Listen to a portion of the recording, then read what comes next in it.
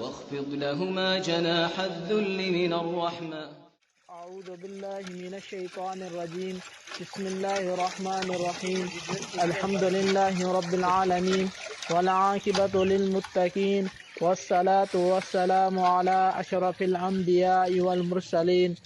قال النبي صلى الله عليه وسلم: أفضل الصدقة سقي الماء، بئر ماء صدقة جارية. عن الوالد علي محمود الحسين، الوالدة هند أحمد الجواد. اللهم اجعل هذا البئر صدقة جارية عن والدي، اللهم ألبسهما لباس الصحة والعافية. أقول لوالدي: جزاكم الله عنا خير الجزاء. أقسم بالله يا أمي وأبي أن الكلمات لا توفيكما حقكما، حتى لو اجتمع كل من كتب وأبدع في الكتابة لن تستطيع الأقلام أن تحيط بعظمة